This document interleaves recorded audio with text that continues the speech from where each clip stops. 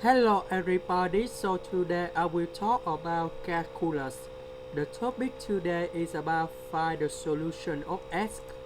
So now I will show you the technique. First, we need to find the domain in here, and we got about S is greater than number 0. So about law base of number 2 of S, we can put about ln S over ln 2, and similar this one.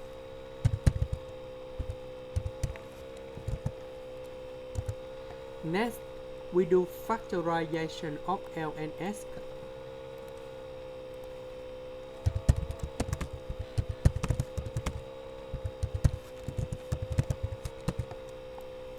Then we divide both sides with this one.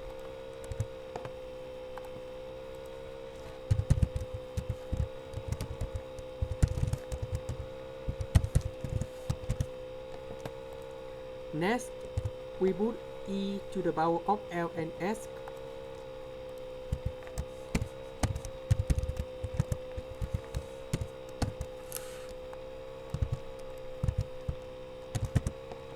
So this one you got about S, and that's the final answer.